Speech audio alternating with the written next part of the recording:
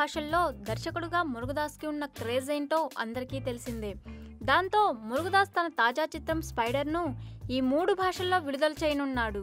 అలాగే మహేష్ కూడా తమిళ, హిందీ భాషల్లో మరింత క్రేజ్ పొందడానికి అక్కడ తన మార్కెట్ను విస్తరించుకోవాలనే ఉద్దేశంతో ఈ సినిమా చేశాడు.